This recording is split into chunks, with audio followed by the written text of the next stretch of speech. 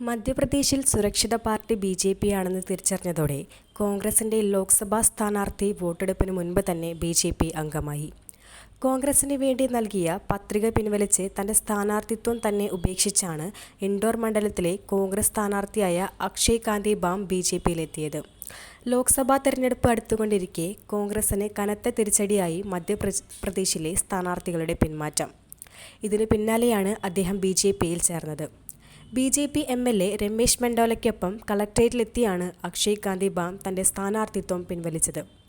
കോൺഗ്രസ് നേതൃത്വവുമായി നിലനിന്നിരുന്ന ഭിന്നതയെ തുടർന്നാണ് അദ്ദേഹം പാർട്ടി വിട്ടതെന്നാണ് സൂചന.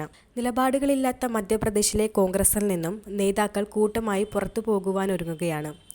കോൺഗ്രസിലെ സ്ഥാനാർത്ഥികളുടെ പിന്മാറ്റം ഇപ്പോൾ ഒരു തുടർക്കഥയായിക്കൊണ്ടിരിക്കുകയാണ്. സ്ഥാനാർത്ഥികൾ മാത്രമല്ല, കോൺഗ്രസ് പ്രവർത്തകരും കോൺഗ്രസ് വിട്ട് ബി.ജെ.പിയിൽ ചേർന്നതായി കാണാവുന്നതാണ്. നേരത്തെ ഗുജറാത്തിലെ സൂറത്തിലും കോൺഗ്രസ് സ്ഥാനാർത്ഥി നാമനിർദ്ദേശ പത്രിക പിൻവലിക്കുകയും ബി.ജെ.പിയിൽ ചേരുകയും ചെയ്തിരുന്നു. സൂറത്തിൽ ബി.ജെ.പി. എതിരില്ലാതെ വിജയിച്ചത് വാർത്തയായിരുന്നു. മുകേഷ് ദലാൽ ആണ് സൂറത്തിൽ എതിരില്ലാതെ വിജയിച്ചത്. ഇതിന് തൊട്ടു പിന്നാലെയാണ് മധ്യപ്രദേശിലെ ഈ സംഭവം. മധ്യപ്രദേശിൽ കോൺഗ്രസും ബി.ജെ.പിയും നേർക്കുനേരാണ് പോരാട്ടം. 6 മാസം മുൻപ് നടന്ന നിയമസഭാ തെരഞ്ഞെടുപ്പിൽ കനത്ത തിരിച്ചടിയേറ്റ സംസ്ഥാനം കൂടിയാണ് മധ്യപ്രദേശ്.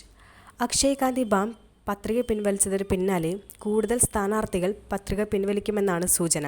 തെരഞ്ഞെടുപ്പ് അടുക്കുന്ന സമയം ഇത്തരമൊരു പിന്മാറ്റം കോൺഗ്രസിന് കനത്ത തിരിച്ചടിയാണ് നൽകുന്നത്.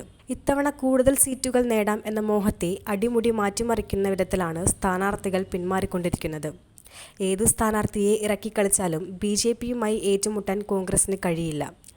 ഇനിയും ഏതെല്ലാം സ്ഥാനാർത്ഥികൾ ബി.ജെ.പിയിലേക്ക് കടന്നുവരുമെന്ന് വരും ദിവസങ്ങളിൽ കാണാം. ഇനിയും മോദി ഭരണം തന്നെ തുടരും. അതിന് യാതൊരു മാറ്റവും ഉണ്ടാവുകയില്ല. കൂടുതൽ വാർത്തകൾ അറിയുവാനായി ഈ ചാനൽ സബ്സ്ക്രൈബ് ചെയ്ത് ഫോളോ ചെയ്യുക.